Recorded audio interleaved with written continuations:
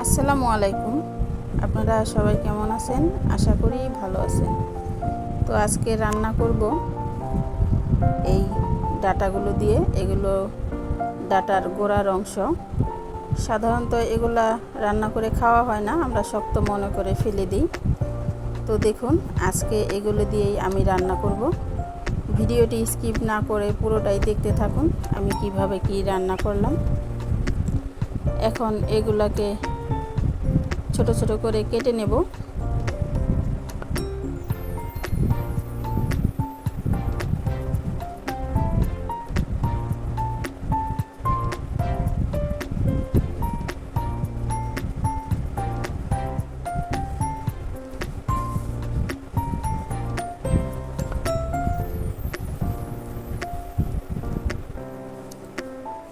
এগুলাকে এভাবে কেটে নেব, সবগুলোকে কেটে ধুয়ে নেব।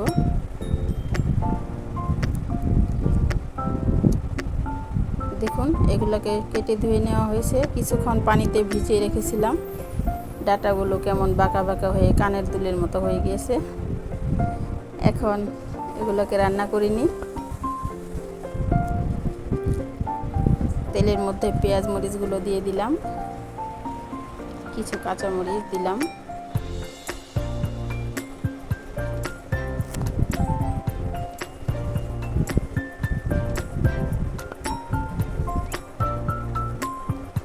এটাতে সামান্য পরিমাণে ধনিয়া জিরা বাটা এবং সামান্য পরিমাণে আদা রসুনের বাটা দেব।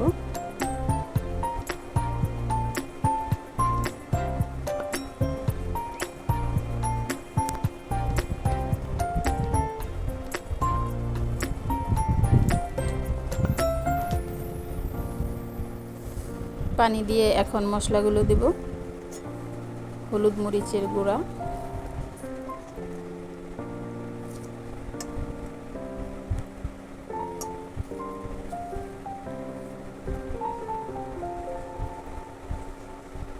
এইভাবে এই রান্নাটা কেউ করে খান কি না আমাকে জানাবেন।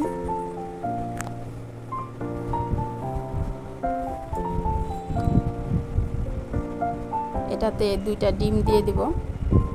আমি বাসায় 2টা মুরগি পালন করি, সেই আমার মুরগির ডিম এটাতে দিয়ে দিলাম। ডিমগুলোকে একটু মশলার সাথে ভালোভাবে ভেজে নেব।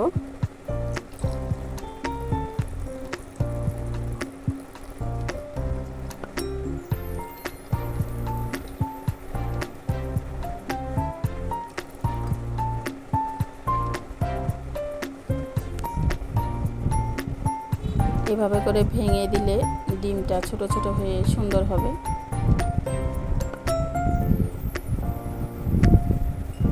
ডিমটা ভেজে নেওয়া হয়ে গেছে, এখন দিয়ে দিব সেই ডাটাগুলো।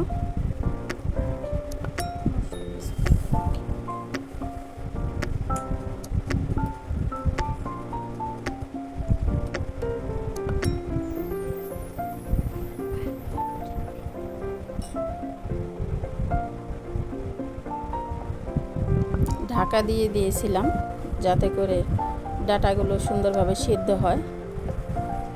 এখন একটু নাড়াচাড়া দিয়ে দিই।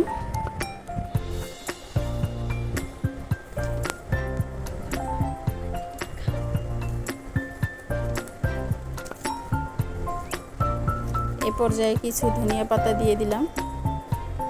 আর অল্প কিছুক্ষণ রান্না হলেই ভাজিটা নামিয়ে নেব।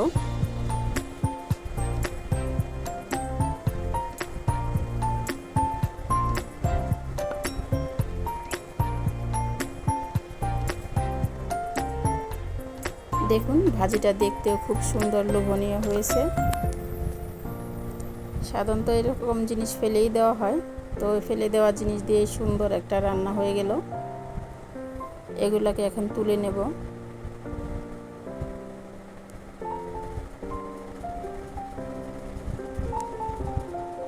আপনাদের কাছে কেমন লাগলো রান্নাটা কমেন্টসের মাধ্যমে জানাবেন।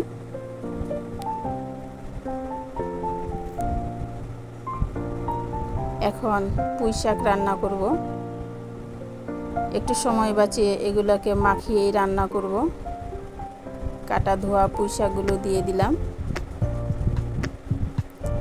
ভিজিয়ে রাখা ডালটাও দিলাম।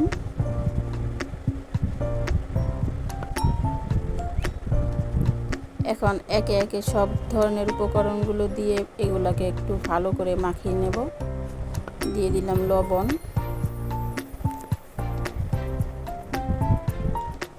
মরিচের গুঁড়া,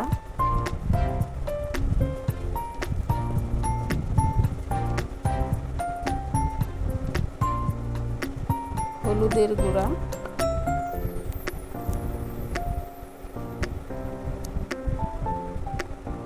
পেঁয়াজ, কিছুটা কাঁচামরিচ,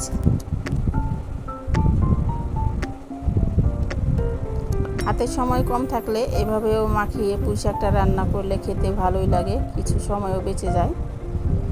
আর আদা রসুন বাটা, একটু ধনিয়া জিরা বাটা সাথে দিয়ে এগুলোকে মাখিয়ে নিই।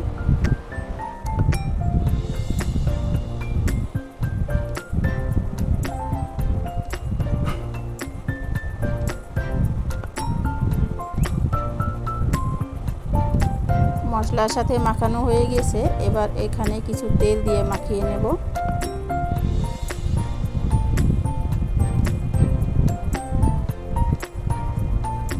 এগুলোকে একটু ভালোভাবে চটকে মাখলে বেশি ভালো লাগে।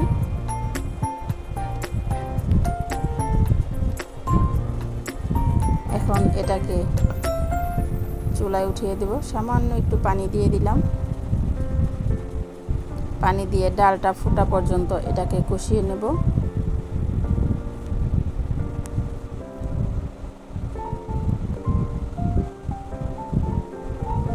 ডালটা ফুটে গিয়েছে, এভাবে কিছুক্ষণ কষিয়ে নিই। ভিডিওটি ভালো লাগলে একটা লাইক দিয়ে দিবেন। যদি ইউটিউব থেকে দেখে থাকেন তাহলে আমার চ্যানেলটাকে সাবস্ক্রাইব করে দিবেন, আর যদি ফেসবুক থেকে দেখে থাকেন তাহলে ফলো দিয়ে দিবেন, যাতে করে আমার সম্পূর্ণ রান্নাগুলো আপনাদের কাছে আগে পৌঁছে যায়।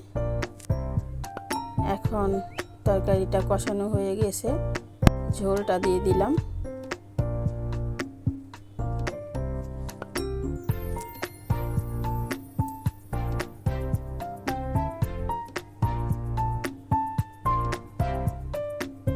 তরকারিতে বলক উঠে এসেছে। এরপর আমি আরও একটা মজার রান্না করব, তো আপনারা দেখতে থাকুন যে আমি কি রান্না করি।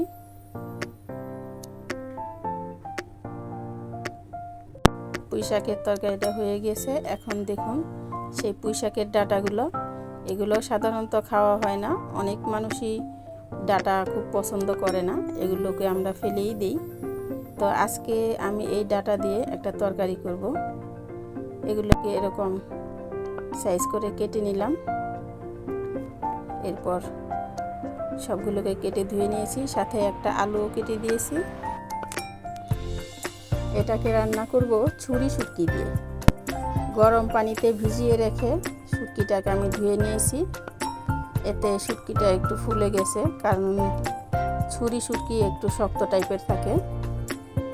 এখন কড়াইতে তেল পেঁয়াজটা দিয়ে দিলাম, মরিচ দিলাম, এগুলো একটু ভেজে নিই। আর শুটকিটা আমি পাটায় ছেঁচে নিয়ে কাঁটাটাকে আলাদা করে নিয়েছি, যাতে করে খাওয়ার সময় কোনো ঝামেলা না হয়। পেঁয়াজের সাথে শুটকিটা একটু ভালোভাবে ভেজে নিই।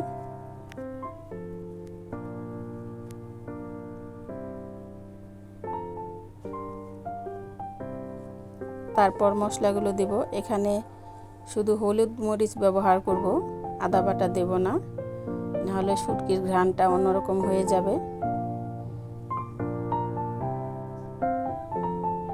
যারা শুটকি খেতে পছন্দ করেন তাদের কাছে তো এই রান্নাটা খুব ভালো লাগবে, আপনারা ট্রাই করে দেখুন। এখন শুটকির সাথে ডাঁটাগুলোকেও একটু ভেজে নিব। লবণ এবং সামান্য পানি দিয়ে আমি এগুলোকে ঢাকা দিয়ে দেব।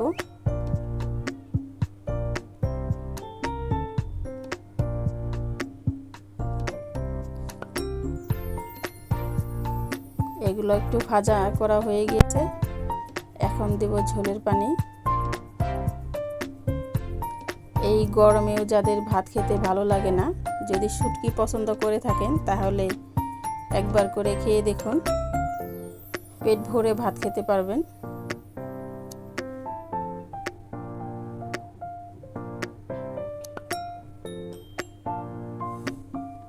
সামান্য পরিমাণে পানি দিলাম, কারণ এটাতে ঝোল রাখা হবে না, একদম মাখো মাখো করেই নামিয়ে নেব।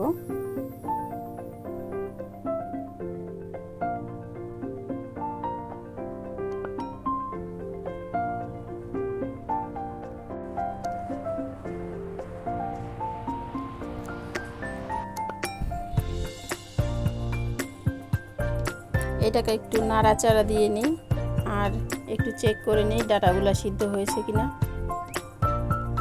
তো দেখুন ডাটাগুলা সিদ্ধ হয়েছে।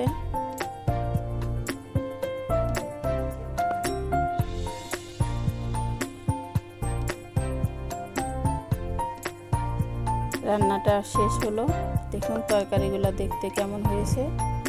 তো ফেলে দেওয়া জিনিসগুলো থেকেই 2টা রান্না আমার কমপ্লিট। আজকে এ পর্যন্তই। সকলে ভালো থাকবেন। আসসালামু আলাইকুম।